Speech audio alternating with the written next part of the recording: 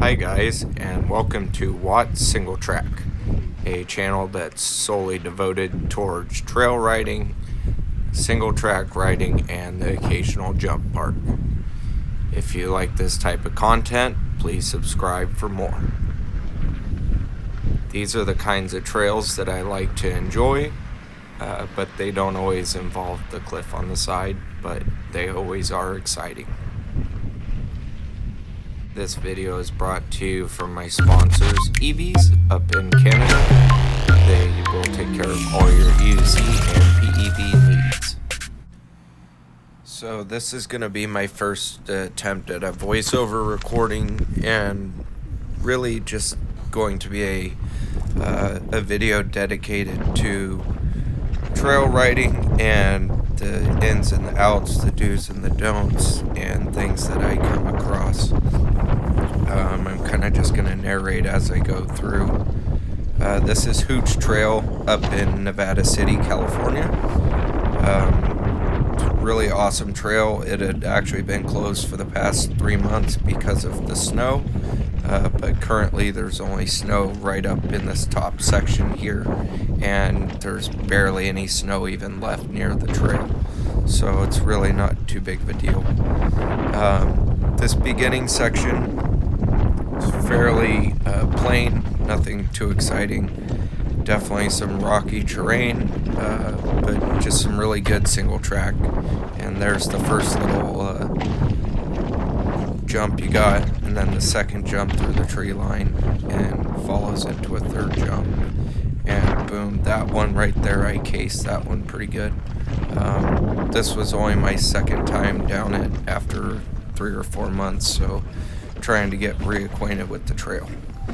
And so here I switched the camera to the front mode just because it is a lot easier as a rider to keep myself balanced, because the camera is in my center of mass right directly in front of me, so I don't get the drag from the wind resistance.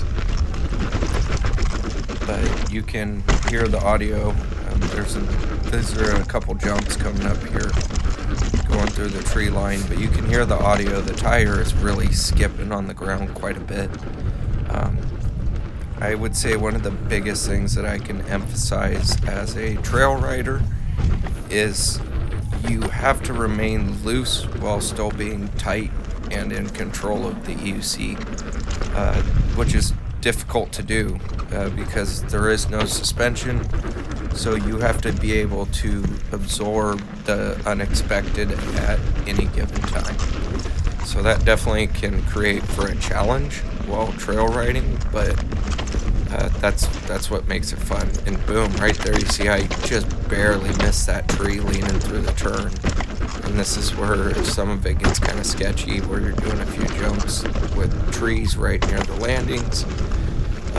But that's what really gets your blood pumping, and it's exciting. It's definitely a rush, cruising through the trees. And so in this video, my average speed down this hill was 25 to 32 was the fastest I hit, and it's just it's amazing hitting those kind of speeds going down a single track dirt trail.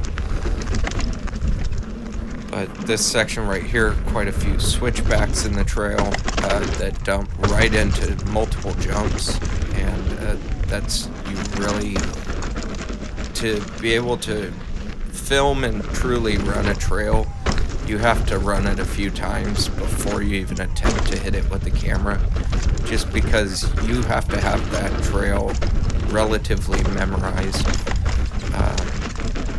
because there's so many things that come up on a moment's notice, and you don't have the time to pick up speed that you would otherwise need to carry through a switchback turn.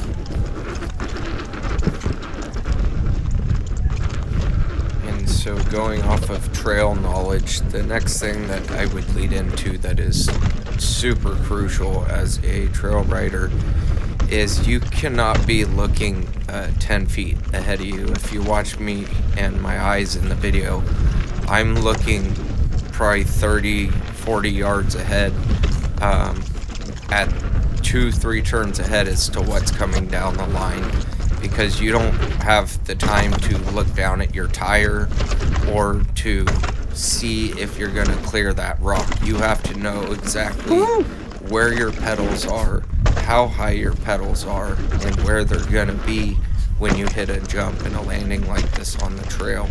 And you have to do all of that while you're looking forward past the obstacle you're currently going to ride over. So that's probably one of the biggest skills and tips that I can say that I've learned or self-taught through riding SingleTrack.